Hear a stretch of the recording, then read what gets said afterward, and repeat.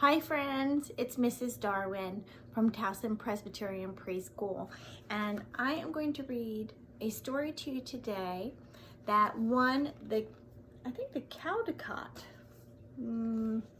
yes, Caldecott medal. It was for the pictures.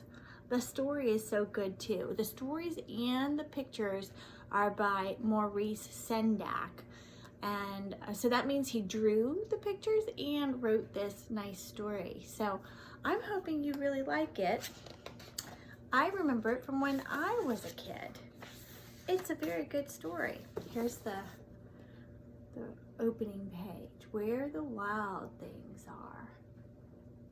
Max looks like a wild thing, but so do these guys. Let's find out about that.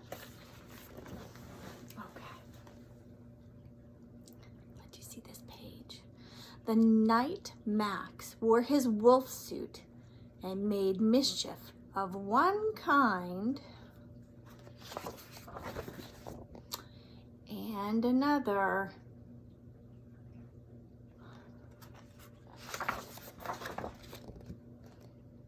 His mother called him Wild Thing, and Max said, "I'll eat you up."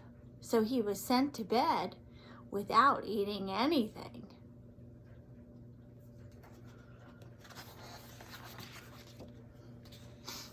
That very night in Max's room, a forest grew. Wow.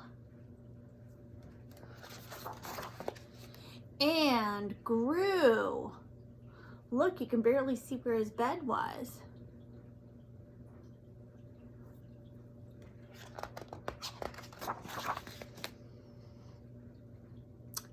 And grew until his ceiling hung with vines and the walls became the world all around.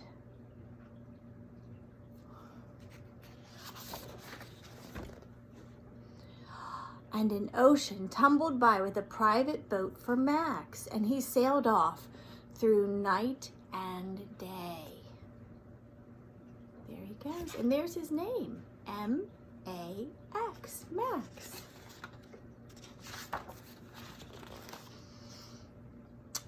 And in and out of weeks and almost over a year to where the wild things are. That's a really wild thing in the ocean, isn't it?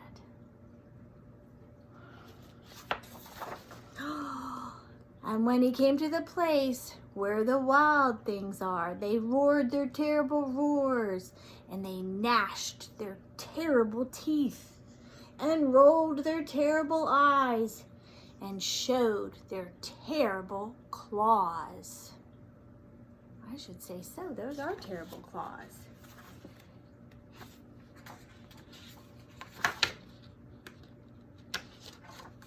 Sorry. Till Max said, "Be still," and he tamed them with the magic trick of staring into all their yellow eyes without blinking once. And they were frightened and called him the most wild thing of all.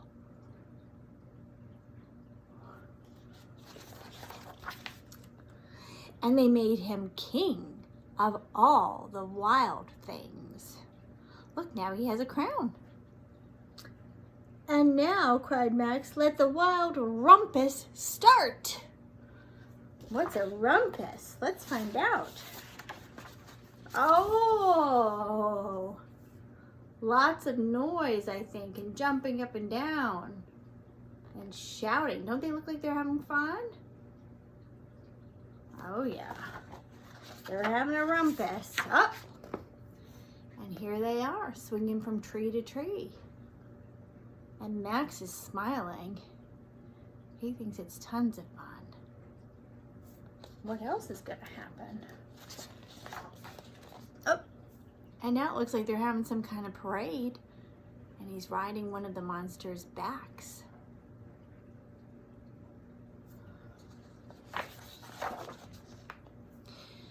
Now stop, Max said, and he sent the wild things off to bed without their supper. And Max, the king of all wild things, was lonely, and he wanted to be where somebody loved him most of all, or best of all. Then all around from far away across the world, he smelled good things to eat. So he gave up being king of where the wild things are. What does he do next? He didn't look very happy. But the wild things cried, "Oh, please don't go. We'll eat you up. We love you so."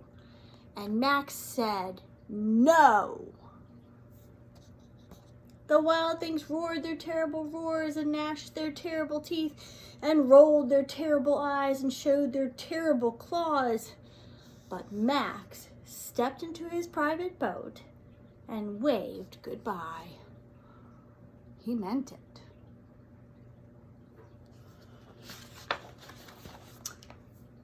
And sailed back over a year and in and out of weeks and through a day and into the night of his very own room, where he found his supper waiting for him.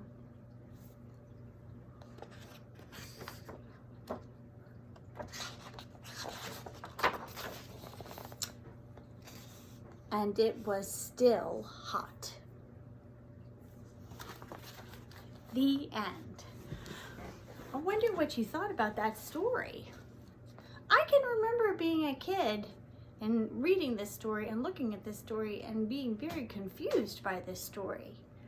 Because in Max's room, a whole wild jungle grows. And then he leaves his room and he goes for a year in a boat all by himself to this mysterious land, right? Where all these monsters are. And he becomes king of the monsters and has a lot of fun with them until he realizes he's lonely. And he misses his family that loves him best of all. And he gets back on the boat and he goes a year and a month and a day and all this until the night that he's back. And there's his supper on the side table. Now that's the supper that he wasn't going to get. He was sent to bed without supper. Do you remember that? So that's a little confusing, right? Now, do you think all that stuff really happened? Do you think that his room became a jungle? Or that he got on a sailboat for a year or 2 years? All by himself as a little boy? I think not. I think when I was little, I really thought that's what happened. But now that I'm older, I'm thinking his imagination led him to this other place. He was probably pretty mad about being punished and made to go to his room, right? So he imagined that he was in this other fantastical land where he became the one in charge. He could tell people what to do. And he even made the monsters go to bed without supper. But then he got a little tired, I think, and he got a little sad because he had been punished. And what happened? I think his mom or his dad actually brought food into his room because they didn't really want him not to eat. They were just telling him no more of this behavior, right? Now, I've never sent my kids home, up to their rooms without supper, but I have sent them to their rooms to just calm down for a few minutes. And then we could get back together. And that's kind of, I think, what this story is about. He came back to what's important, and he knows he loves his family, and he calmed down.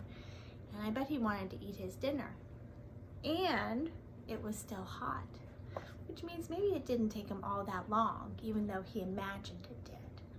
So I have a question for you. If you want a real escape, at least in your head, where do you go? Would you go to a fantastical jungle full of monsters that you were in charge of?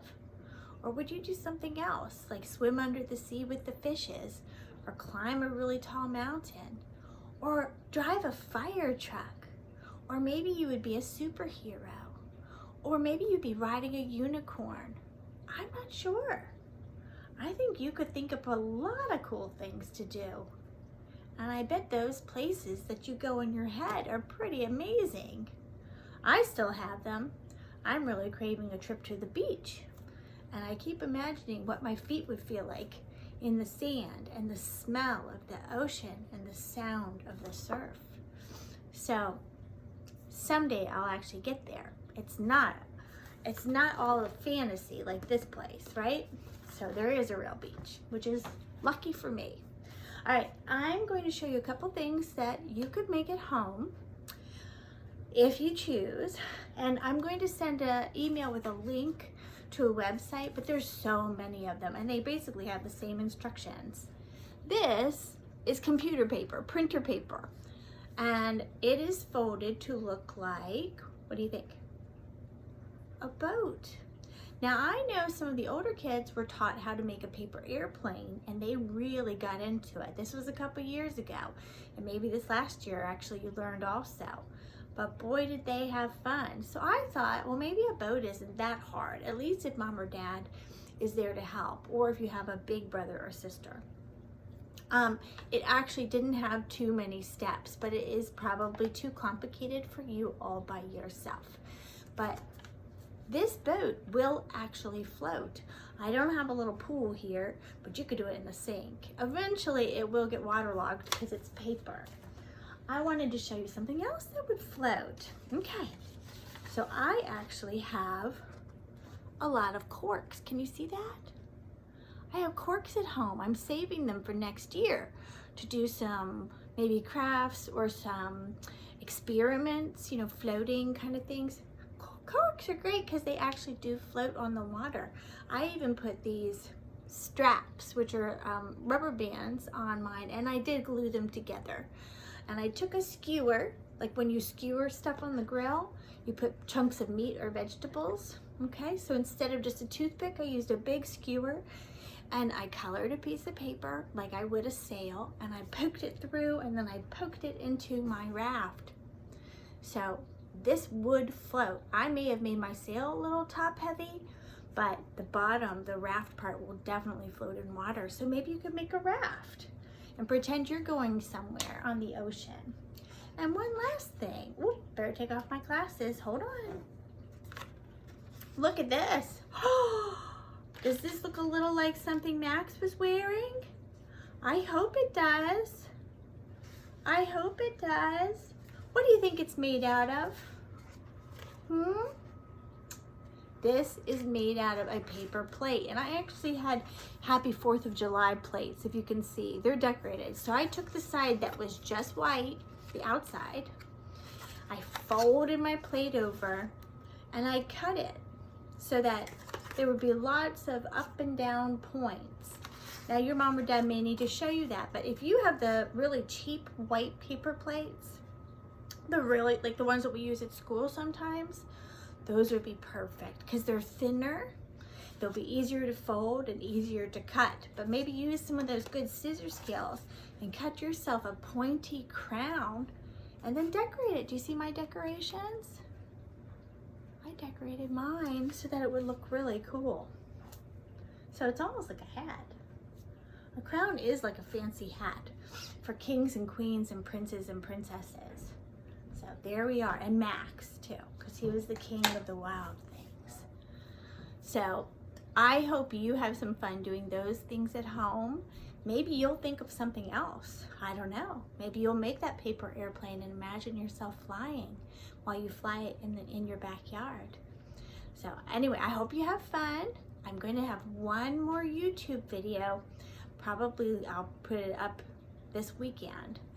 And I hope you get around to it because it's going to be kind of a send-off for summer. But I love you guys, and I hope you're enjoying yourself.